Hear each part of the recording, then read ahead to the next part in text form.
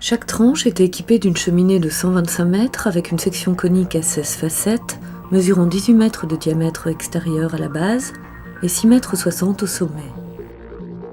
Elle reposait sur un radier de 3 mètres d'épaisseur. Les fondations n'ont pas été déconstruites conformément au marché. Un échafaudage comprenant une sapine d'accès a été monté le long de la cheminée afin de garantir l'accès sécurisé des intervenants jusqu'à la porte située en partie haute de la sole. Celle-ci a été aspirée afin d'éliminer tous les résidus de cendres accumulés. Les joints situés dans les cheminées étant supposés amiantés, une méthodologie de dépose depuis une nacelle a été mise en place. En raison de l'état de la structure de la cheminée, le retrait des joints a été effectué à partir de nacelles volantes accrochées sur des câbles tendus sur toute la hauteur de la cheminée. Un cadre métallique a été posé par héliportage sur la couronne de la cheminée afin d'assurer le maintien des câbles en partie haute. Les câbles ont été ancrés et tendus en partie basse au niveau de la sole.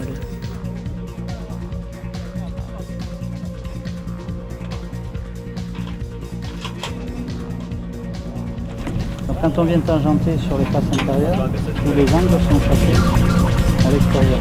En fait, ça plus la couverture, ça fait 14 cm. 34.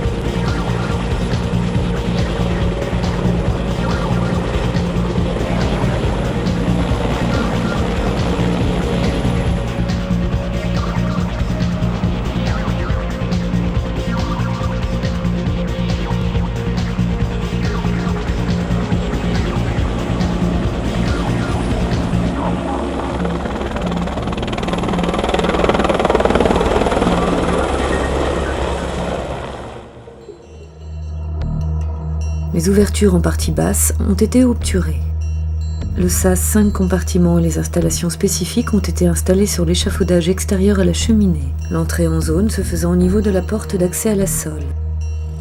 Après retrait et conditionnement des joints annulaires, un contrôle d'atmosphère a été réalisé, puis la zone a été déconfinée. En parallèle des opérations de retrait des joints, les préparations pour l'abattage ont été réalisées. Un talon arrière en matériaux du site a été monté sur une hauteur de 3,50 mètres environ. La zone de réception a été préparée en réalisant une tranchée par cheminée, ainsi que la réalisation de merlons en terre périphériques à la zone de réception, afin de limiter les projections.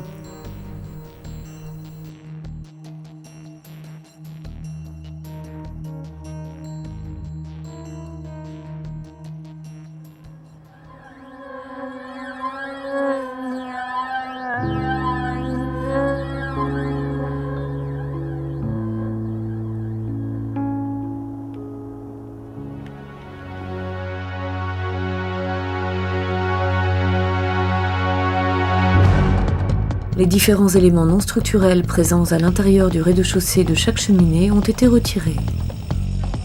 Sur chaque cheminée, 255 trous ont été tracés, forés et contrôlés avant minage.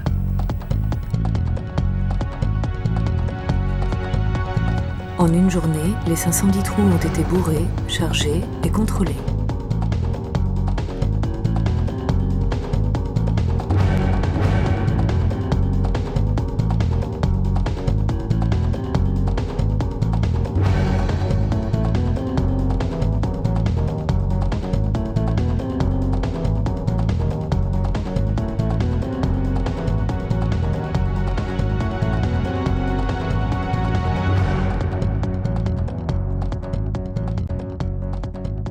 Donc là, il va rechercher tous les dos qu'on a programmés, là, toutes les charges du bord. Il y en a 56 normalement.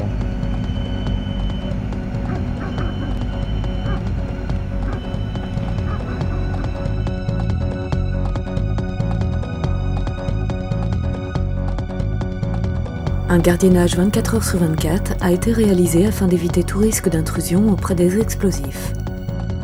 L'abattage a été réalisé dans la nuit du dimanche au lundi 5 novembre à 1h55 après autorisation de la SNCF. Un important dispositif de sécurité a été mis en place afin de garantir l'exécution de l'abattage en toute sécurité. Forces de police mobilisées, trafic autoroutier ralenti, trafic SNCF coupé et la zone complètement sous contrôle.